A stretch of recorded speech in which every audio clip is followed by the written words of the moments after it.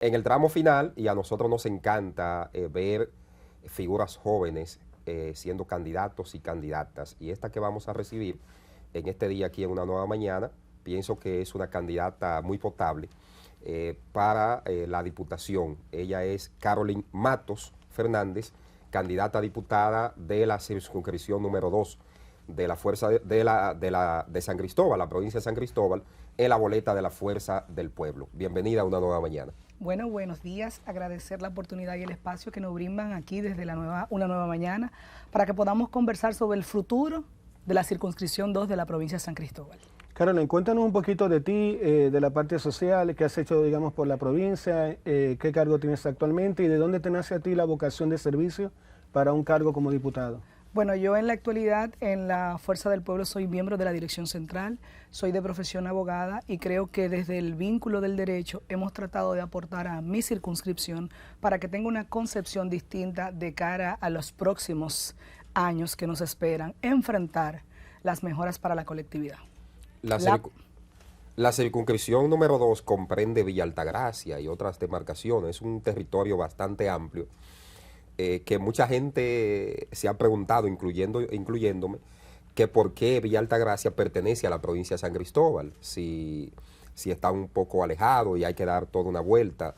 En caso de llegar a la Diputación, al Congreso, ¿tú legislarías para revisar lo que es esa configuración territorial, geográfica de la circunscripción 2 y de la provincia de San Cristóbal? Y que nos explique qué es qué incluye la circunscripción 2, qué partes. Bueno, la circunscripción 2 es el territorio más amplio de la provincia de San Cristóbal. Comprende desde Los Cacao, Cambita, Yaguate, Palenque y Villa Altagracia. Okay. Estamos pues en la entrada del Cibao y en la salida del sur, iniciando pues en San José del Puerto, cerca de Bonao, y saliendo a San Cristóbal por el Distrito Municipal de Medina. Hermoso. Es una circunscripción interesante, llena de diversidad y diferentes complejidades.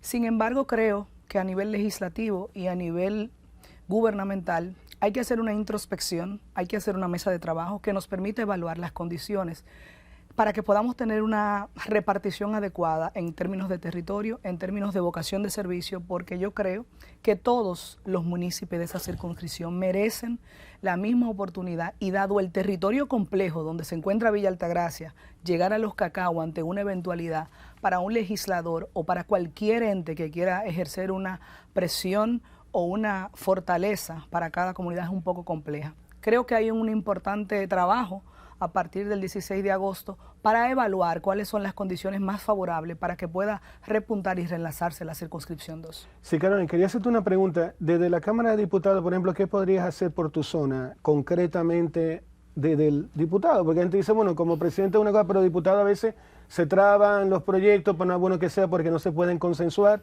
¿Cuál es tu anhelo, tu visión? ¿Cómo piensas lograrlo? ¿Cuál va a ser tu estrategia de llegar a la Cámara? Precisamente ese es mi gran dilema. Y por eso el eje fundamental de mi propuesta está basado en la fiscalización. Yo creo que la circunscripción número 2 necesita y requiere que sepamos de manera transparente cuál es la base presupuestaria que nos otorga desde la provincia a nuestros municipios, cuánto llega a Villa Altagracia, cuánto llega a Yaguate y en qué se gasta. El tema de la rendición de cuentas se convierte pues en un eje fundamental para a través del presupuesto lograr que se impacte en infraestructura, en servicios a nuestra comunidad. El eje fundamental desde la Cámara de Diputados realizable es un tema de adecuada gestión presupuestaria. Partiendo de ahí, pues habrán otros elementos que ya yo lo he esbozado de manera puntual en temas de educación, en temas de salud y en temas pues de empleo. Partiendo de que una de las funciones esenciales de un legislador o legisladora es fiscalizar, es representar, pero sobre todo legislar también. ¿Cuáles son esas iniciativas legislativas que va a impulsar Carolyn Matos desde la Cámara de Diputados en favor de su provincia, de su circunscripción y de todo el país? Porque un diputado, una diputada, un senador y senadora es de la República, aunque representa una demarcación. Así es. Bueno, yo creo que, como decía, uno de los ejes fundamentales para mí, para que pueda potencializarse el talento que tenemos en nuestra circunscripción a nivel legislativo, es un tema de cualificaciones. Hay un proyecto de ley que no es una novedad, que es un tema que ha estado dormido en el Congreso porque no hemos entendido el valor que tiene de cara a garantizar la participación adecuada en el empleo. El tema de cualificaciones es gestionar de manera adecuada que las profesiones técnicas, los oficios técnicos puedan estar reconocidos a nivel de competencias, y eso permitirá asegurar pues el ingreso de manera habitual a fuentes de empleos formales y seguras, que permita pues entonces la generación de una movilización en favor de mi circunscripción y del país.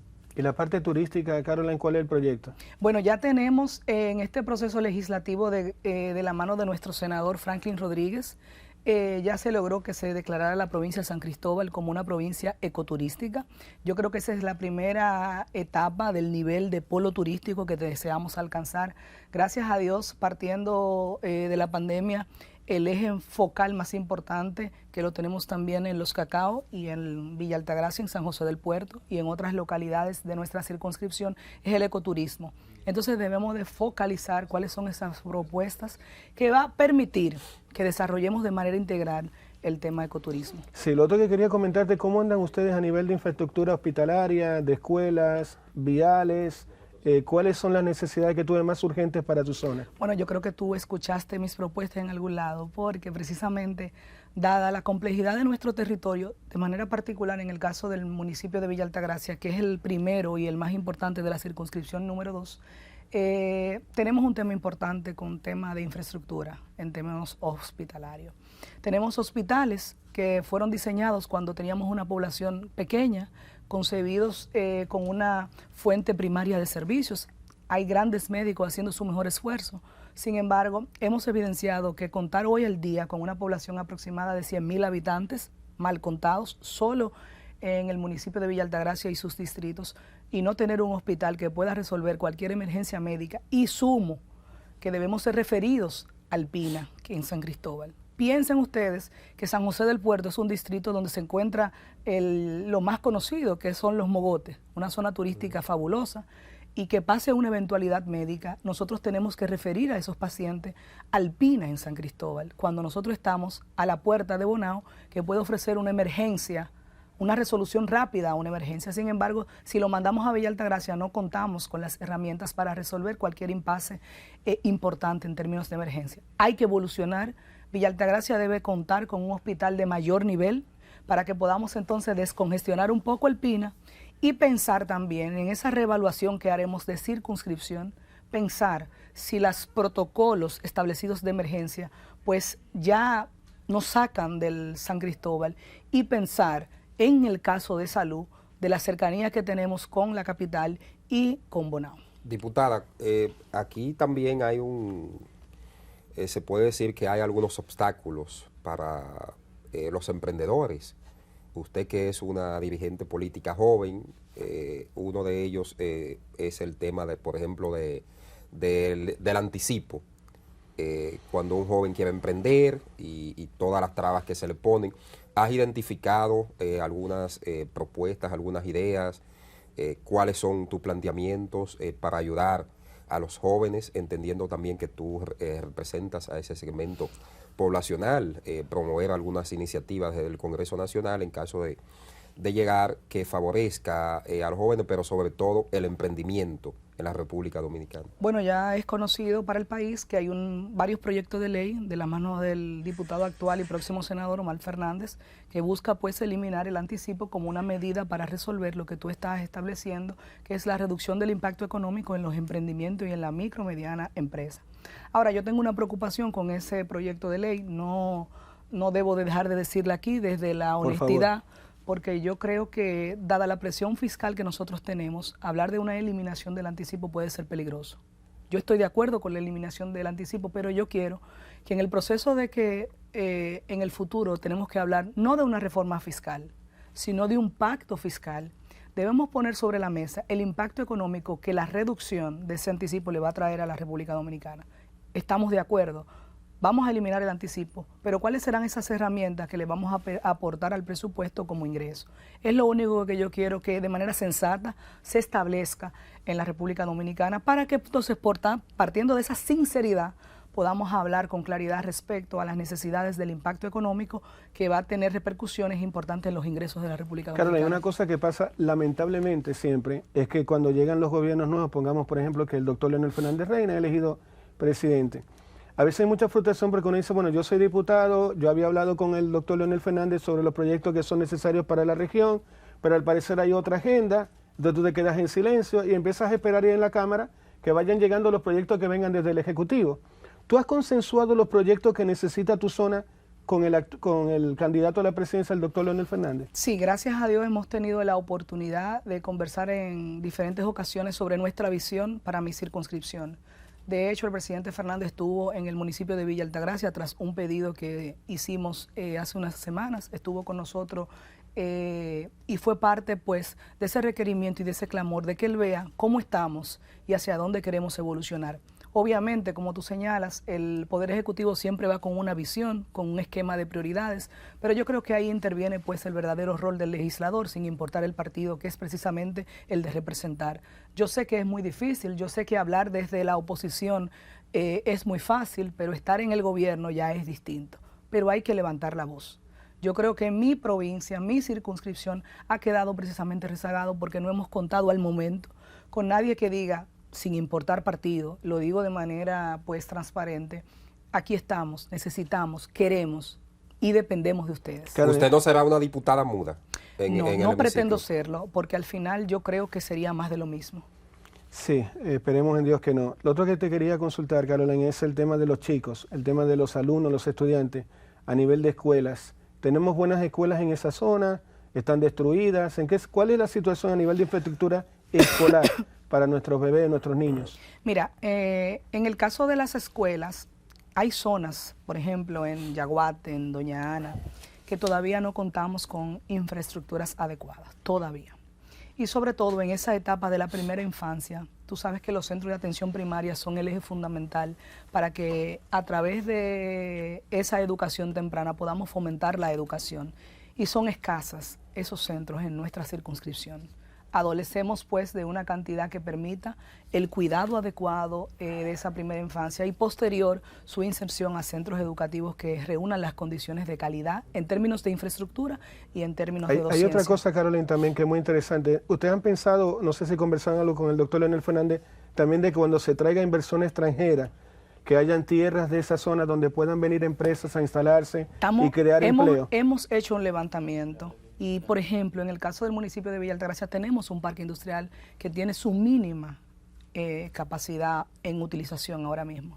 He propuesto de manera abierta al gobierno actual y a cualquiera que nos toque de parte de la Fuerza del Pueblo que el parque industrial debe de readecuarse y recondicionarse, pero no solamente desde una visión del Estado. ¿Pero hay empresas funcionando actualmente ahí adentro? Mínimamente, tenemos pocas empresas. ¿Que están cerradas? Sí. No, hay instalaciones disponibles, pero no están funcionando, no hay empresas dentro. No hay empresas, tenemos muy mínimo, tenemos 2 o 3. Sin embargo, para que eso pueda revitalizarse, recuérdate que Villa es un lugar estratégico, es la entrada del Cibao, pero la línea noroeste, como tú señalabas, puede ser un centro de acopio importante en Villa Altagracia. Hay que pensar que hoy día la importación es un impacto muy positivo para la economía local, pero también puede ser un cerco importante para insertarnos en San Cristóbal en Jaina, porque de la línea noroeste paramos a Villa y de ahí nos vamos a Jaina, el puerto más importante de salida, por ejemplo.